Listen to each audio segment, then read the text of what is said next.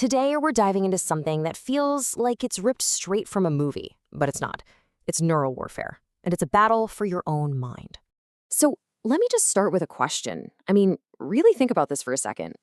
What if someone somewhere could actually steer your thoughts, influence what you feel, what you decide, without ever laying a hand on you?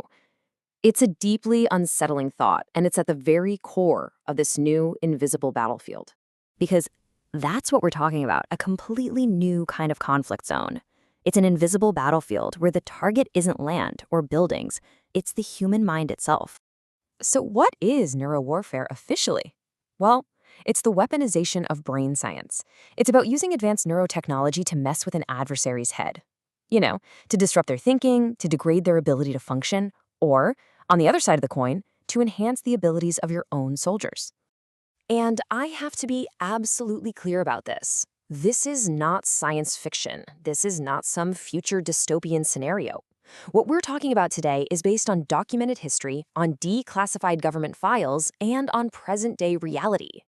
To really get a grip on what's happening now, we have to go back. We have to look at the long, secret history of governments trying to turn the mind into a weapon. Trust me, this is not a new idea. Just look at this timeline. You can see a really disturbing pattern. It starts back in the 50s with the CIA's infamous Project MK Ultra. That's when they were doing horrific, non-consensual experiments on their own people. Then in the 70s, you have the Moscow Signal, where American diplomats were being secretly blasted with microwaves. It all came to a head in 1977 when Senate hearings blew the whole thing wide open. And all of that history, it leads right up to today with what we now call Havana syndrome, where U.S. officials are suffering real brain injuries from what many believe are targeted energy weapons. And if you think that's just my interpretation, listen to this. This is a direct quote from a declassified CIA memo from 1963. They knew, in their own words, that what they were doing was distasteful and unethical. But they kept going anyway because of their major accomplishments.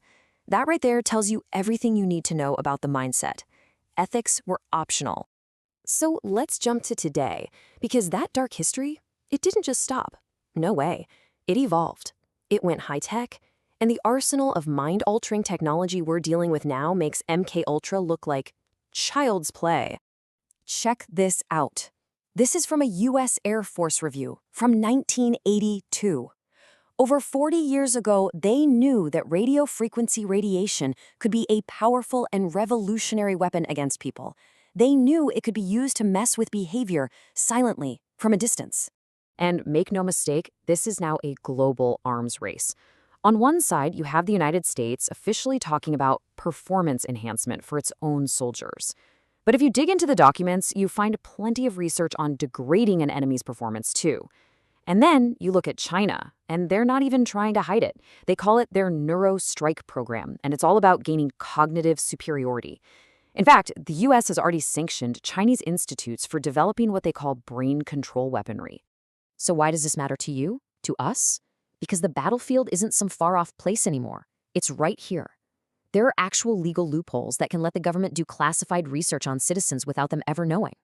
There are thousands of people out there, they call themselves targeted individuals, who are reporting symptoms that line up perfectly with what these technologies can do.